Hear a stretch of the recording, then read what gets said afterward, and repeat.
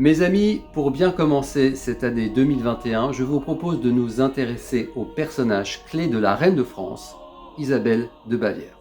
Isabelle de Bavière est passée à la postérité sous le surnom d'Isabeau. Elle est accompagnée d'une légende noire, le marquis de Sade lui-même en fait une femme adultère, volage et même une mangeuse d'hommes.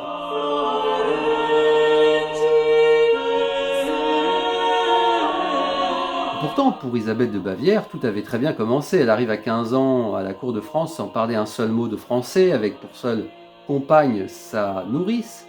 Mais le roi Charles VI est fort épris d'elle, et la cour et Paris lui font un accueil triomphal.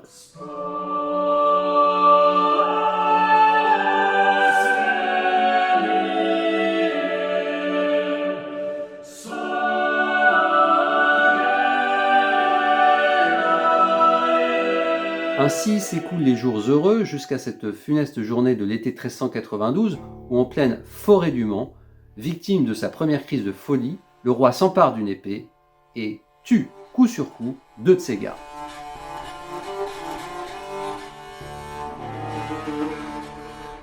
Dès lors, la vie de la reine de France va basculer. Pour son époux le roi, elle va littéralement tout essayer. Elle recourra à des mages, à des physiciens, c'est-à-dire des médecins, venus de France, d'Allemagne, d'Italie.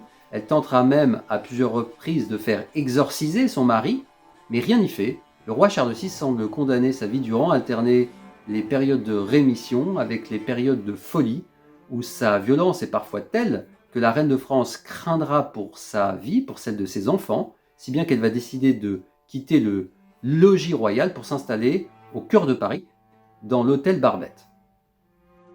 Mais dès lors va se poser la question de l'exercice du pouvoir, car à chaque fois que le roi est en crise, c'est nominalement sur les épaules de la reine que pèse la responsabilité de la régence.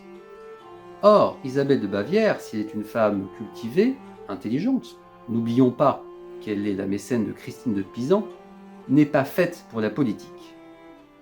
Elle va demander de l'aide. Or, cette aide, il y a un personnage qui est tout disposé à lui offrir, c'est le beau, le séduisant, le sémillant duc d'Orléans, son beau-frère. Dès lors, le royaume de France va être dirigé par une sorte de binôme, un binôme politique entre Isabelle de Bavière et son beau-frère, le duc d'Orléans, qui de politique va rapidement passer d'intime à galant, c'est-à-dire amoureux. Isabelle de Bavière et le duc d'Orléans vont devenir amants. Dès lors, la question qui se pose est moins de savoir si la reine de France a été infidèle, mais de ce qu'il est advenu du fruit de ses amours interdits.